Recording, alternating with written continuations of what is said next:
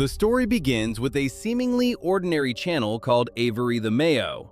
At first glance, you might just shrug and think, wow, this guy is just playing Minecraft Sky Wars like any other amateur.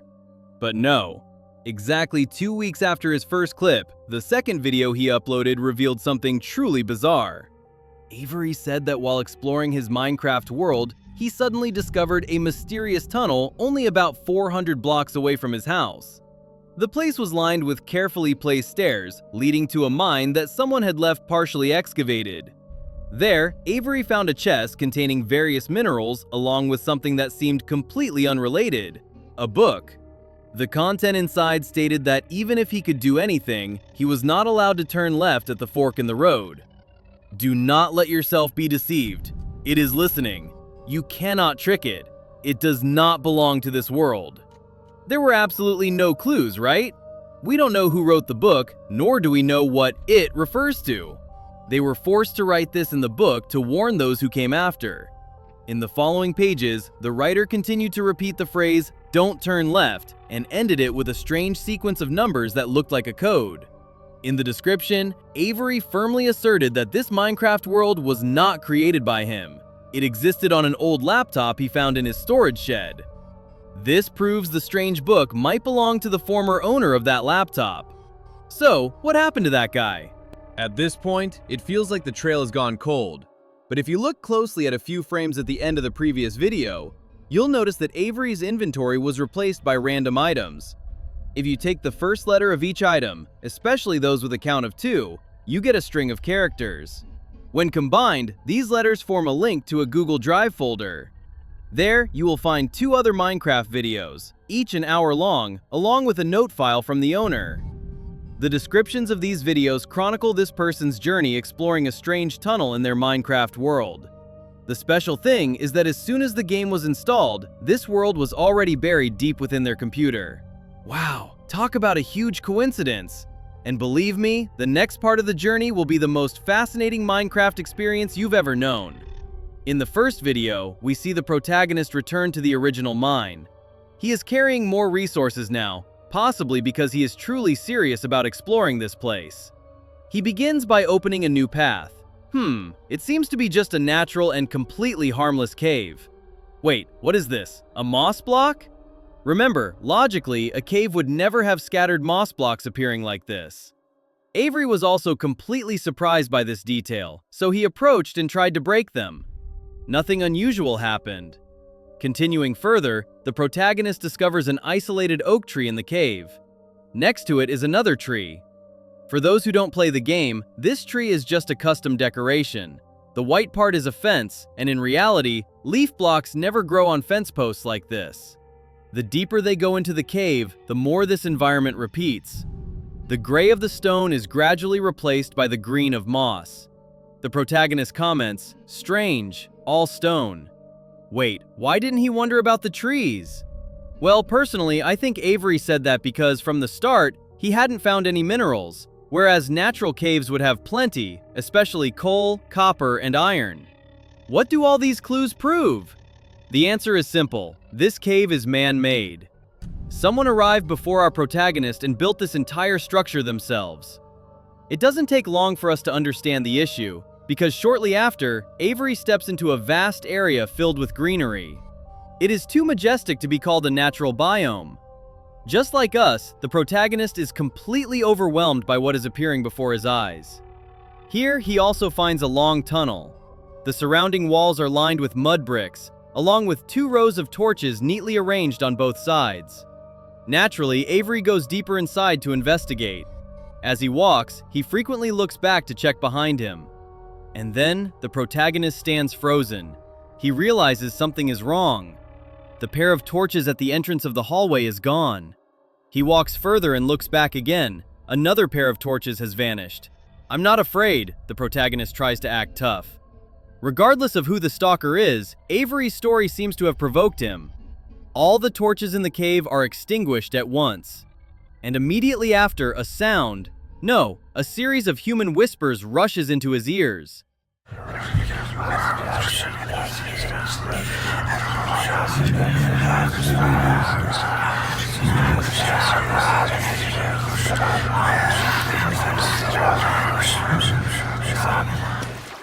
He slowly backs away and then falls into a massive lake.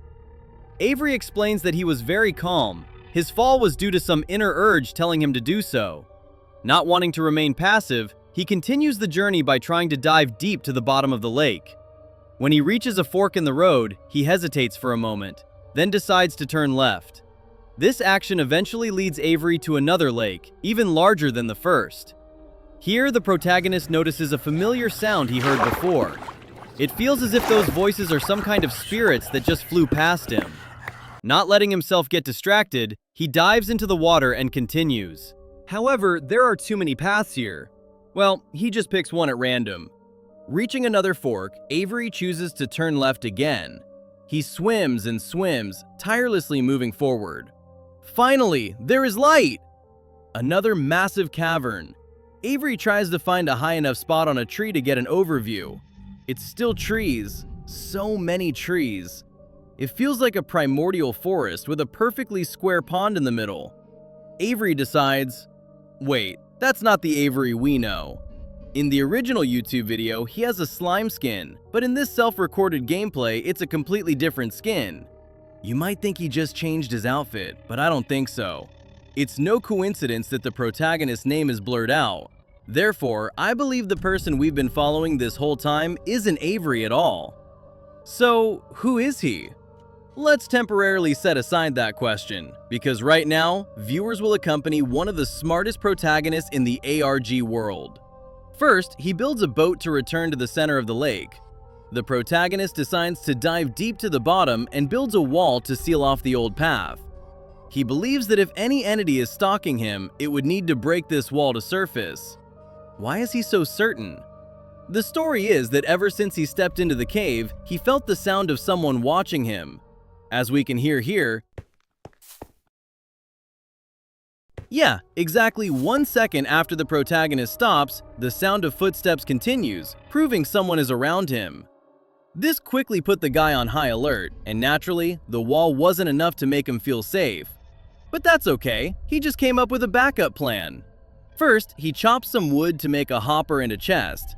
Then he places them deep under 2 layers of stone, puts some random items into the hopper, and covers the surface to hide them. Simultaneously, he starts adjusting the game to reduce the render distance. Seems a bit confusing, right? Let me explain. We gamers all know that in most games with large maps, developers only allow objects to function when a player is nearby to optimize hardware. This means if we go too far from objects, they stop working because they are outside the player's interaction range. Minecraft is the same.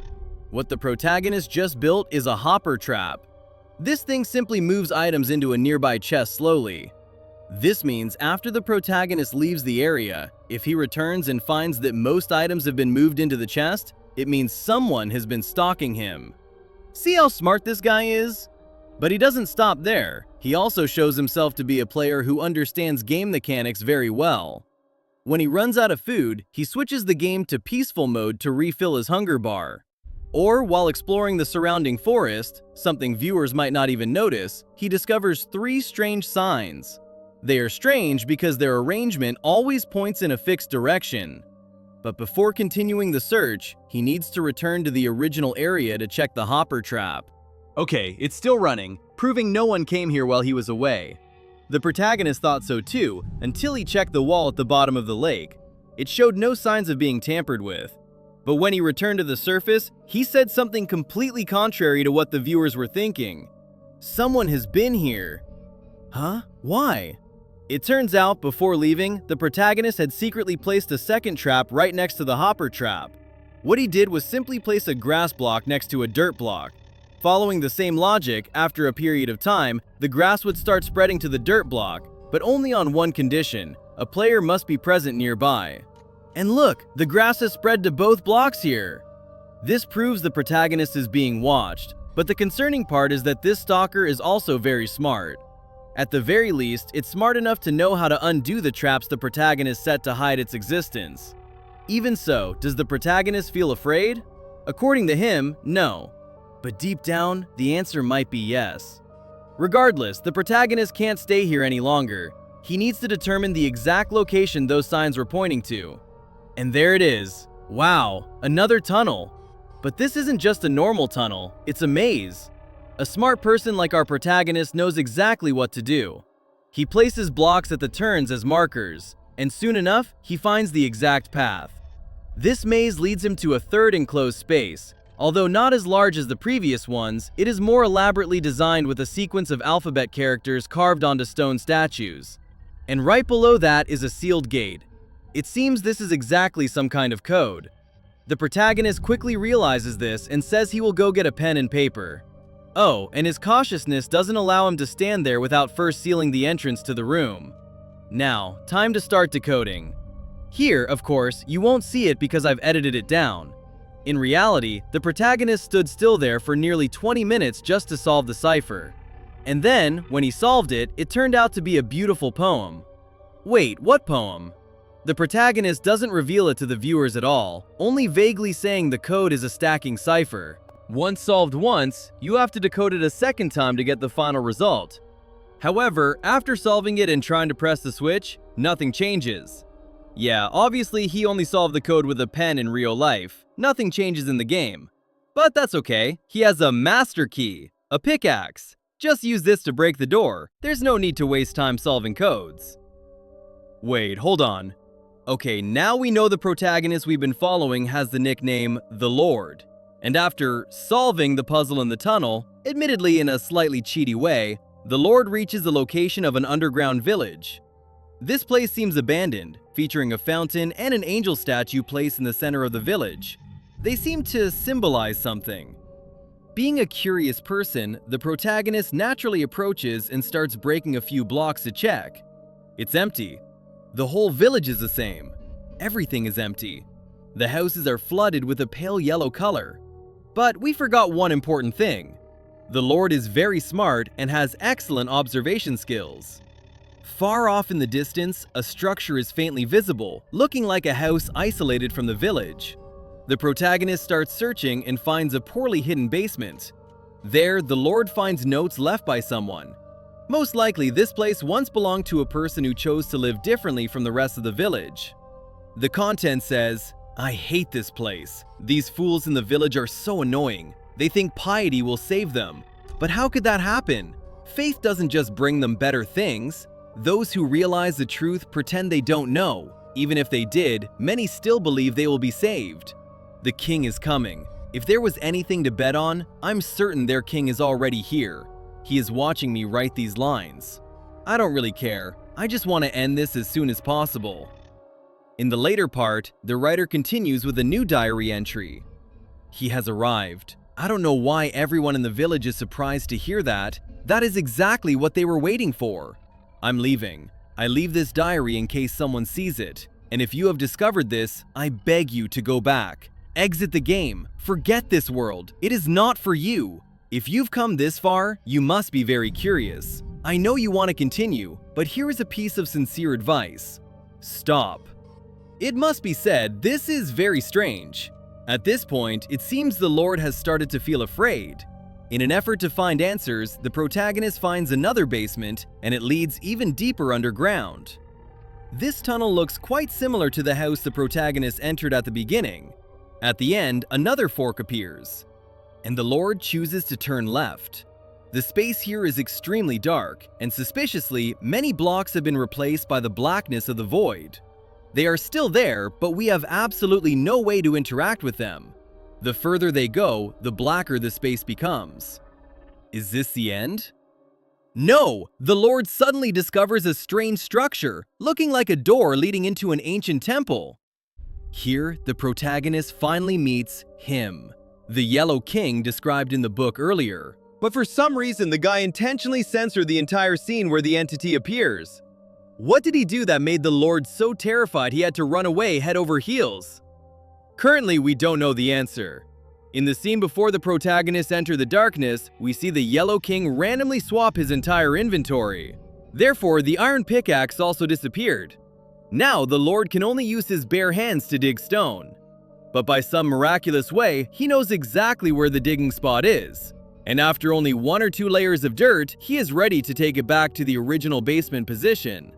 There, he takes the book and begins to write. No matter what you do, you are not allowed to turn left at the fork. Do not let yourself be deceived. He is listening. You can't trick him. He is watching me. He does not belong to this world. After writing, he puts the book in the chest, and that is the starting point of the entire ARG. You think everything is over? Not yet. It is only now that viewers learn the code the Lord left behind actually links to his own inventory. There are 36 slots in the inventory, and the items are placed randomly. When decoding, you just need to take the exact letter numbered on the item in the corresponding slot, and it spells out, "Run! Avery, he is here!" So what exactly happened? Why didn't the Lord show us the image of the Yellow King? Why was he so afraid? And above all, why did he know Avery would be the next person to step into this Minecraft world? There are too many questions that cannot yet be answered. For now, 10 Gaming will only offer a temporary hypothesis based on the clues. In the underground village, we understand that the people there once worshipped a powerful entity. Core records like "The King" or "He was here" all point to one undeniable suggestion. The entity in question is the King in Yellow. This story originates from a play by American writer Robert W. Chambers. It was later referenced by H.P. Lovecraft, who brought the Yellow King character into the Cthulhu mythos, where he became a cosmic-level entity. With the mysterious poem the protagonist solved, I guess it was Casilda's Song, which leads to the second act of the fictional play featured in Chambers' collection. In the original work, Chambers never reveals the content of the second act. It is explained that anyone who reads and understands it will know about the existence of the Yellow King. He doesn't come because the reader has attained enlightenment. He appears because he was always there. This sounds quite vague, but it coincides perfectly with the records the villagers left behind. So what is the Yellow King's power? Actually, the Yellow King's power isn't something that can be granted to someone because he is always there. Thus, those who understand and know of his existence will also unlock their own consciousness. One of those abilities is the capacity to grasp the structure of the flow of time. The Yellow King doesn't give you the ability to prophesy. He gives you the ability to see an immutable future. He will always be there. It will surely happen and cannot be changed. In short, when a person realizes the Yellow King exists, they are stripped of the illusion of freedom, like being forced to watch your entire life movie in an instant and knowing that the future cannot be changed. This is exactly what happened to the character the Lord, and it explains why he knew Avery would be the next to step into his Minecraft world. And if you notice, from the start of his playthrough, the Lord always made choices that led him to turn left, and that might be the reason he advised Avery not to turn left like him, hoping it would help Avery's life branch into a different one. But once again, this is actually just an illusion of freedom that the Lord is telling himself. Because the future is something predestined, every final choice will lead to only one purpose. The act of trying to give advice to Avery was also something destined from the start. Therefore, that advice might be the very cause that leads Avery to his inevitable fate. Remember what I said, and let's verify this hypothesis in the next parts of the ARG.